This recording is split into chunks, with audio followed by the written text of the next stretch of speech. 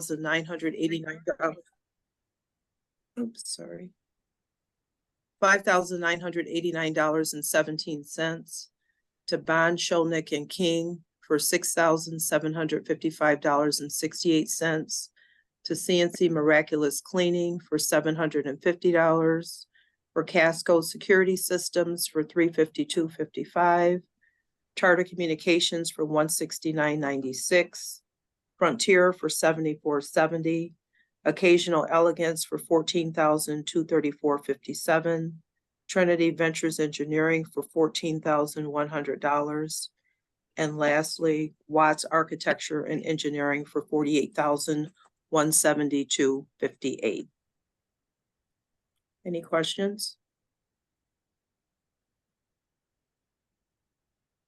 Okay, if not, I'll move it to the board. Move by the committee, I'll entertain a second. Second. Second for deputies.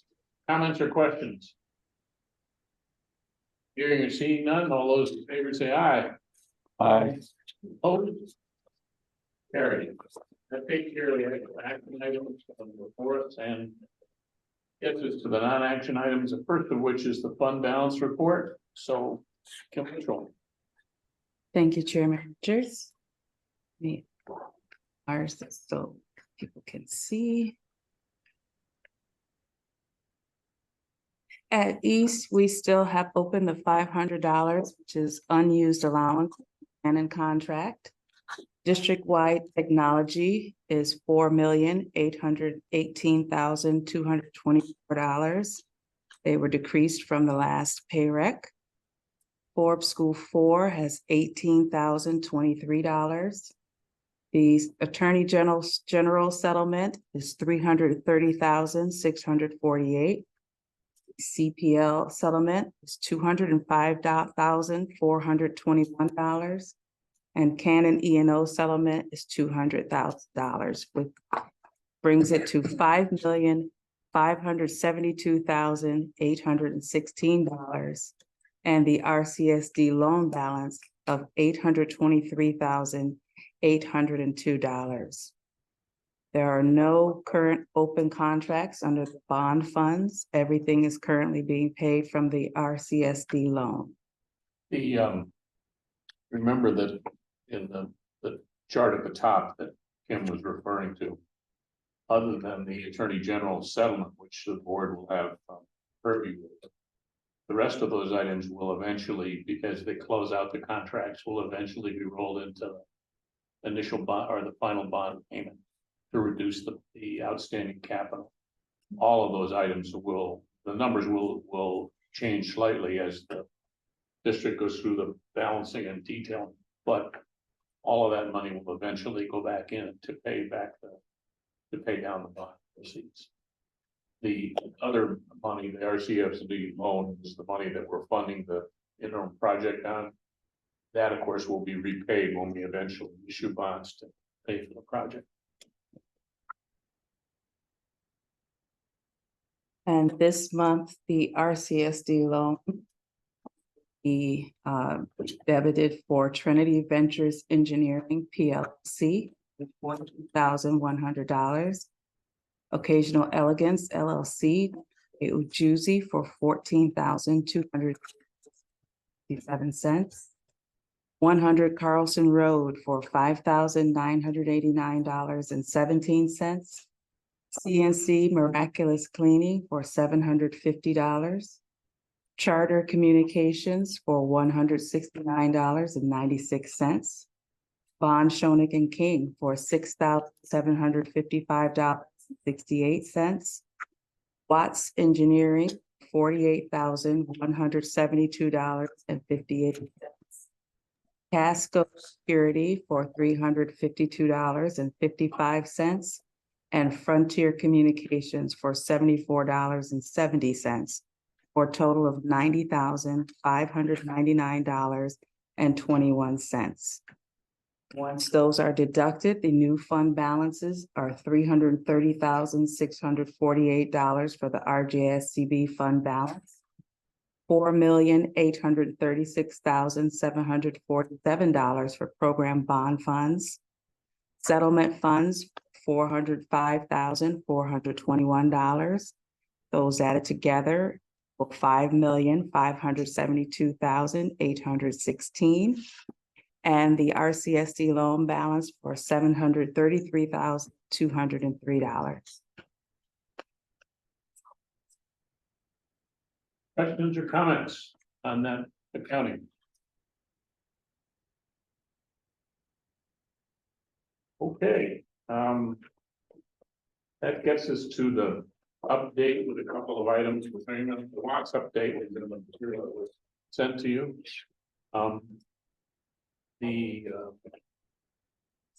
As I said at the last meeting, the draft of the plan has been completed essentially, other than the financing part and the plan for WD planning, which will have to be inserted before we finish, and also before we deal with the controller. That has been shared preliminarily with SED, and the district is still doing some of that. The next step in that there are two next steps in that process. One of them is meeting with SED to check the assumptions. Remember, there were some assumptions made there about what's reimbursable. Those could have significant impacts on certainly the local share and to some extent the total. So it's important to get a sense of where that is. You know, that process will go on all the way through the project, but what we're trying to do now is find out if we really have some significant differences of opinion here that are going to swing this thing one way or the other. And there's supposed to be a meeting to take care of that. So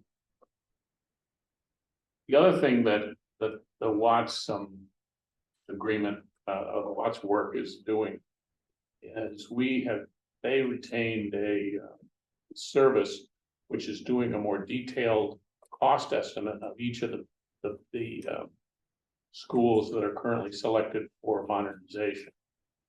That will be a big deal because we've been concerned all along, as everybody knows, about the impact of inflation on these numbers. And that's where you will get the best sense of how much of a problem we're going to have there. Those numbers will be detailed and they will be up to date. They will not have any of the kind of push and shove that goes on with respect to value engineering and the actual design of the building when the modernization. So there's flexibility after we get this number. But nonetheless, it's going to be an important number for us. We expect to get that information by the end of this month. So at least for 2 or 3 or more than half the schools. So that's something that we need to look forward to. But we're at a point where that will really help us go forward. We really need those two things to get resolved before we can go much farther. One of them is this understanding with SED, and the second one is getting some sense of the cost, the total cost that's more reliable than what we have right now.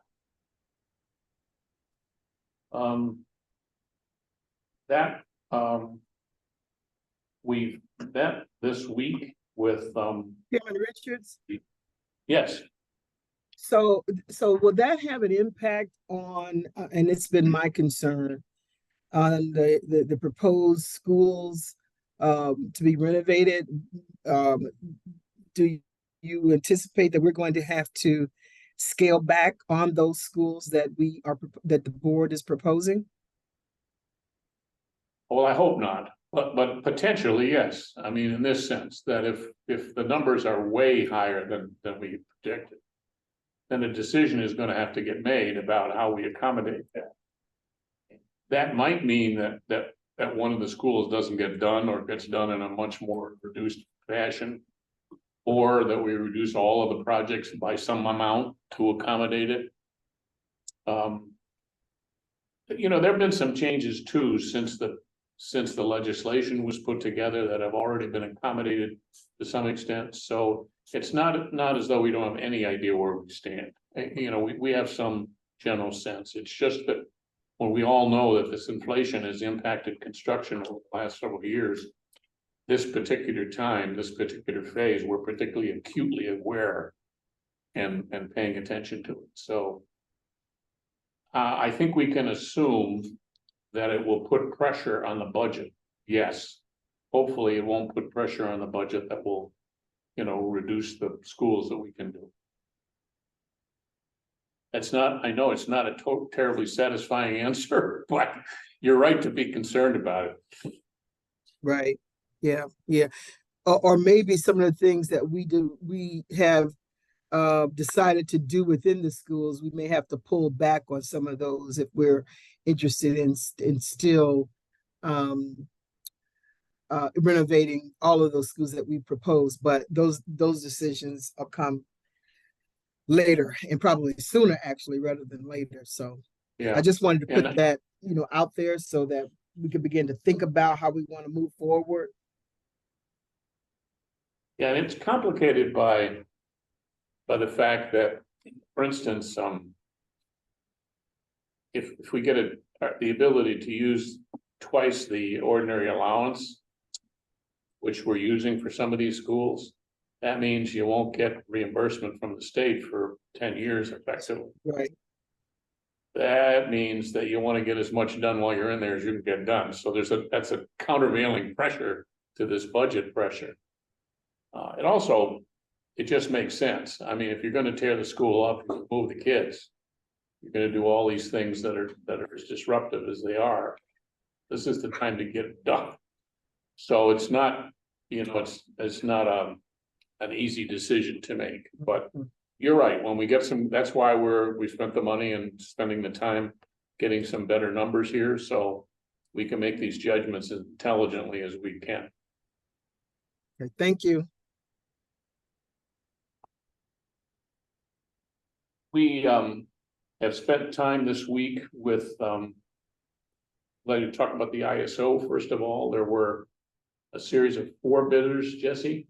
Yes, 4. 4. It was narrowed down by the committee to 2. Met with them this week and had a presentation by both of them and the committee and some others who participated. There's some further negotiation we want to enter into there and some further questions we want to ask them. That's in process now, but I would expect that process to be wrapped up so that we would be able to present the final agreement to the board at the next meeting. The same thing is true with the program manager. We're in the process. I participated in a meeting with them, and then the lawyers have been working on it. And we're getting close to the point where we can come up with a final agreement there. And again, expect to be able to present it to the board at the next meeting, next month.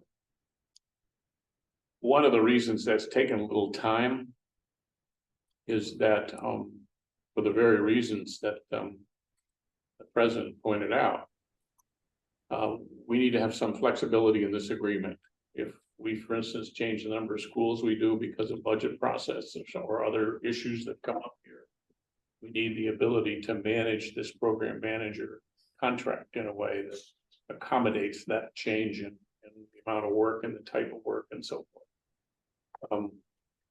So that's what we've been working on, and like attorneys have been working on it to make sure that we have that flexibility when we get to a final agreement. And to be fair, that they have the same issue, that they've got the same issue in terms of staffing and how they do the work. So, but we're making decent progress there, so I'm expecting that to be wrapped up. Once that happens, we will start and presumably by then, the work that I described with respect to the cost estimates and the SED meeting are in. Then we'll start the process of getting the planning done for the project. In other words, planning when the various schools will be done, how we'll stage that, as we'll have some information that helps. Because that will have to go into the material that we share with the controller. it'll have to do when the bond funds are actually issued, when the tranches of bonds are sold. And fund the parts of the project, because they won't be done obviously all at once. And we'll need to get our financial advisors and underwriters, those people in place. So that we can get to the point where we fairly soon issue bonds. For that, we're gonna have to go to the city as we talk. And get some interim financing, because those bonds won't be issued sometime later next year. That's really all I had to report on here. I'm happy to answer any questions or discuss anything that's on anybody's mind.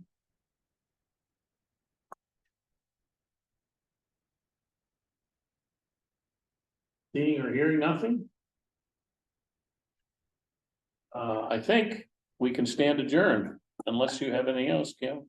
I do not, Oh, Chairman. I know, next month. Remember, our meeting is on Tuesday next month because of there's a holiday there. We're gonna have a little different arrangement because Kim has some personal time that she'll be taking during the meeting next week. That was Kim's way of proving how important she was to this whole process. Which She didn't need to do that. We already knew. We're not fighting it. She's the But money as a person, so result- that person is always needed. Yeah, I know, well, She's the, realize that the chances of our being able to start the meeting electronically on our own are about zero. We thought of that before we got in here and realized we couldn't do it, so The way it is, don't touch it. that's it, don't touch me for a month. But Kim Jones, we've recruited the people from the city and they're gonna initiate the call and run the electronic part of it. So we'll have. We're gonna some- try our best, Chairman. Yeah, well, you'll do better than we would. Do. So that's- that won't affect, it won't affect even the ability to be here, but it will affect the way we initiate the meeting and so forth. So hopefully that'll work out okay. Anything else? If not, thank you very much, folks. We stand Thank adjourned. you. Take care, everyone. Bye-bye. Thanks, everyone. Have a good rest of the day. You know, Carmine, if we before point shake, but if he's gonna come to everything anyway.